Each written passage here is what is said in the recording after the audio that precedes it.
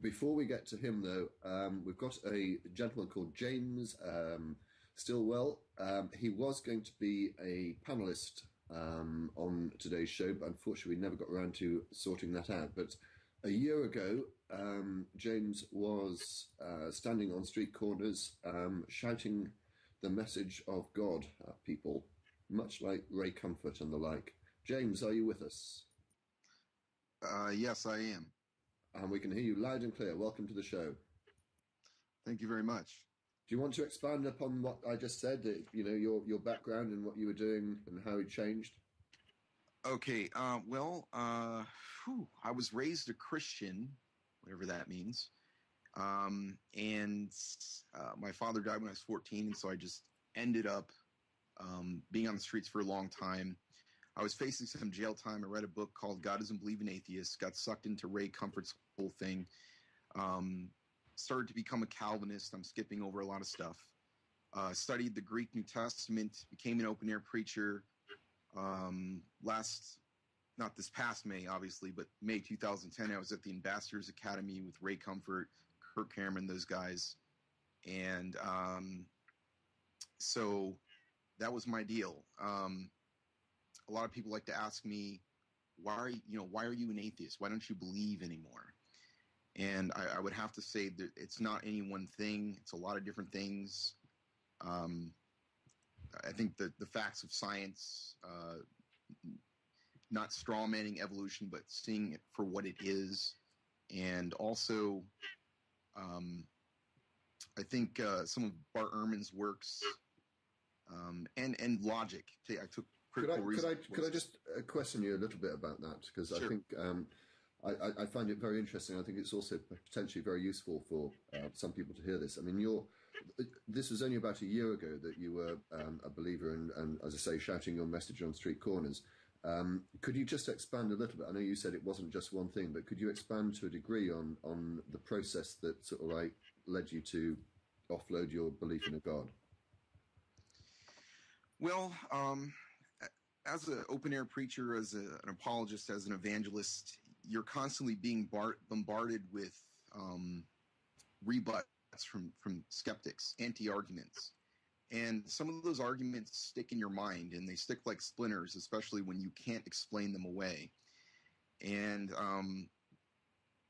there were just a lot of them over time, like I'll throw in a few. Why do we have mosquitoes? I mean, little things like that. Why are there mosquitoes? Why are there animals that camouflage themselves to escape prey? That doesn't make sense on, the theistic worldview. Contradictions in the Bible. Just a whole plethora of things. I mean, it's just hard to even know where to start. I just want to say, something that I find to be disturbing, and that is it's not so much the so-called evidential arguments against or so-called for theism. Right now, what I find to be the biggest threat, I don't mean that it's actually coherent in reality, but is the tag arguments, and it's because people actually believe this. People are actually, even Arminian Christians like Ray Comfort's group, is starting to adapt this whole argument that you can't, and it's an argument I used to use a lot, you can't account for logic, you can't account for morality, and you can't know anything without presupposing the Christian God. And what is so dangerous about this is that people get brainwashed into believing this, and so they don't question whenever they have legitimate doubts. Is there not a passage in the Bible that goes along the lines of "Please God, forgive me for my if I have doubts," and questioning is, as you say, not invited in religion? Well, there are passages, that speak about help me with my unbelief. I mean, that type of thing. I believe, help me with my unbelief. But the thing is that, like, for instance, I've been doing a lot of anti-Christian apologetics since I, been doing my show, Open Air Atheists, on YouTube. And like today, for instance, I bring up the argument of, okay, so you say that you have a moral God and that he's the preconditions for morality. But then what about 1 Samuel 15, verse 2 through 4, where he tells the Israelites to kill little baby infants and to take the virgins for themselves in another book of the Old Testament. So then what they do is they don't answer the question. They just say, well, you can't account from your worldview, so I don't have to. And what's sad is that they actually believe this. So no matter what you throw at them, they just say, well, you can't know anything without God. So it doesn't matter how much evidence you throw at them. They just throw it out the window because, you can't know anything. I've seen this sort of argument coming primarily from answers in Genesis, although I doubt they're the originators of it. And yeah, you're right. It basically attributes all of the known properties of the universe to the existence of a God, whereas in reality, there are no such thing. Now, I would probably disagree with you that this is the significant threat in that, if you imagine all of the Christians in the world, only a few percent of them would bother with anything even as remotely sophisticated as a logical argument for belief in God. They feel the presence of God, therefore God exists. You can feel the presence of all sorts of things in your mind,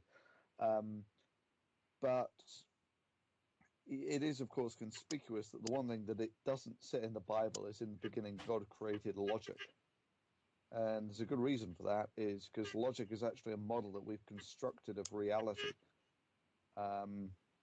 If you don't assume there is a universe, then you can't actually create models like logic from observations from within that universe. And likewise, you have no experience of something that is not the universe, so you don't know whether that model of logic is actually pervasively applicable. I don't see these sort of philosophical things.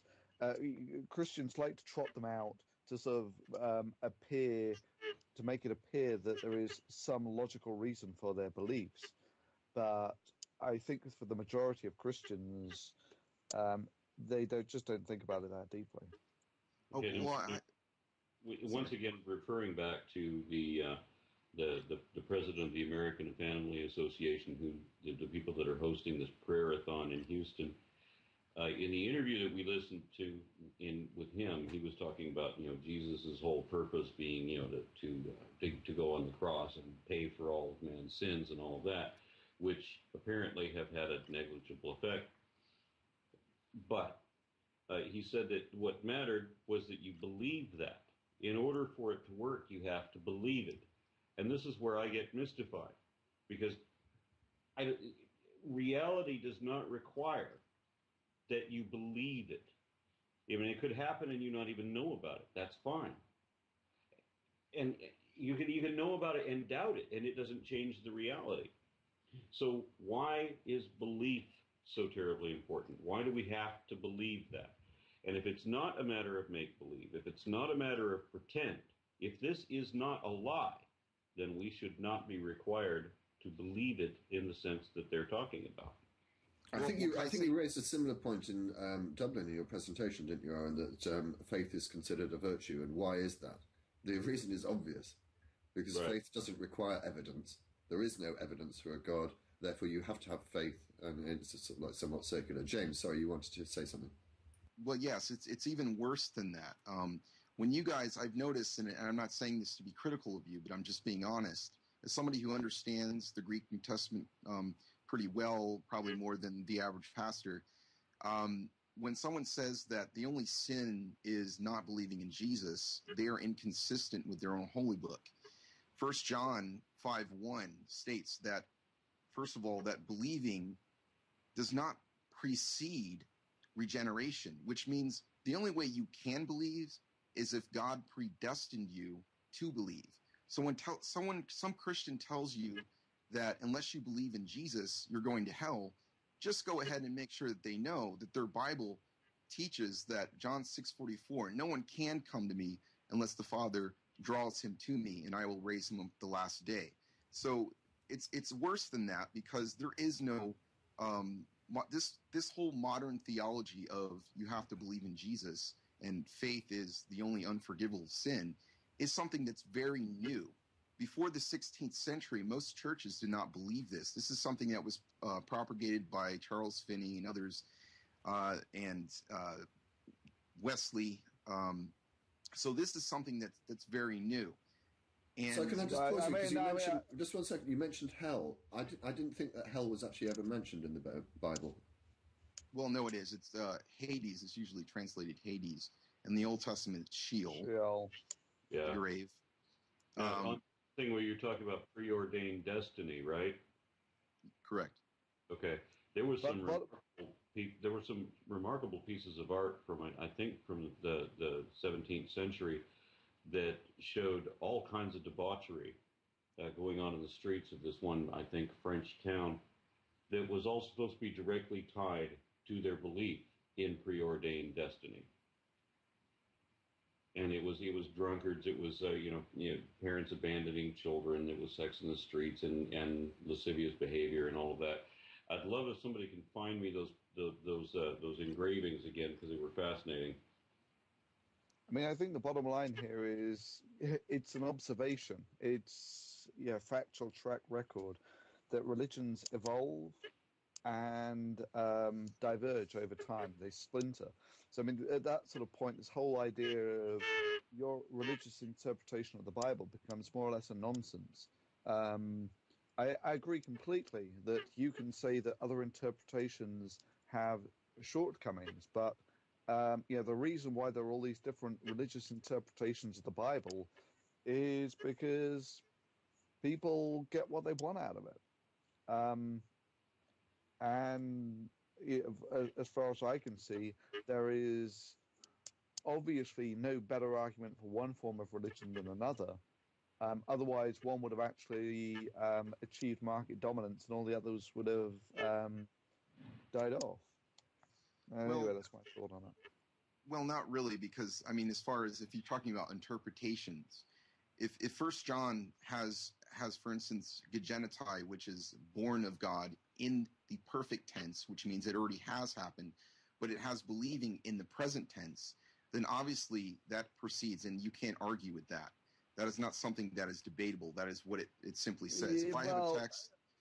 Come on, you've argued with religious people. They'll just point to another passage and say, yes, but this is true, and therefore they'll just come up with some different interpretation of the passage you've just read. I mean, people believe what they want to believe, and if the Bible needs to affirm it, they'll find a passage in the Bible that does affirm it. James, my problem with arguing with people about the contents of the Bible is that I think it's a totally redundant argument.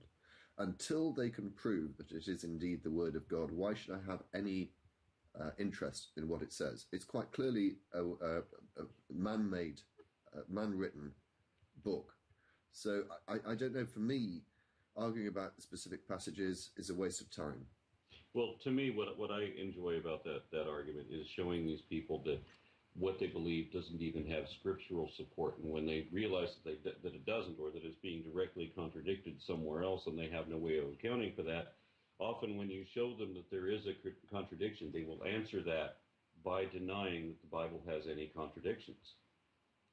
That's basic. Yeah. I'm sorry, I tend to talk a lot, but that's basically my ploy here, is that these people have already, committed intellectual suicide. These people have already convinced themselves, a lot of these people, that the Bible is the Word of God. So what I do is, and not all the time, but when it's appropriate, I just say, hey, look, here's this verse, here's the original, here's the tenses, this is what it says. So now you're not arguing with me, you're arguing with your own holy book. And I leave it at that. I do use other things, but what I do is They'll tell you that you're interpreting it incorrectly, or that you don't read it with the Spirit. No, it's different when you're dealing with tenses. It's different because the thing is that most people are relying on a translation. I'm not. So they have to trust someone's opinion of what it says. I don't. And a lot of times they recognize that. Yeah, there are some that are really... 1 second, James. You are dealing with a translation because I presume that it's more than likely that you're... when you were preaching from the King James Version of the Bible, which is a translation from a number of other Bibles, which are... Negative. I was not. Okay, I apologize. But, I mean, most people do. And the idea that the King James Version... Why it took 1,600 years for God's message to be crystallized in its exact form as God really intended it is beyond me. But I apologize for making that assumption. What were you working from? Because there are, I mean, the original are you talking about original documents, Dead Sea Scrolls? I'm talking about the Koine Greek, the original language of the New Testament. I don't deal with translations. But the original Greek. Do you deal with the canonized version of the Bible? I mean, or do you include any of the apocryphal versions? Well, when I'm dealing with people, it's usually like fundamentalists. It's not like Catholics or it's usually Baptists or Protestants or something along that line. So no, I don't deal with apocrypha, and I haven't studied that, so I haven't memorized a lot of the Greek passages in there. And I'm not a Greek scholar in the sense. I have memorized some by heart, and I can translate them like I would English.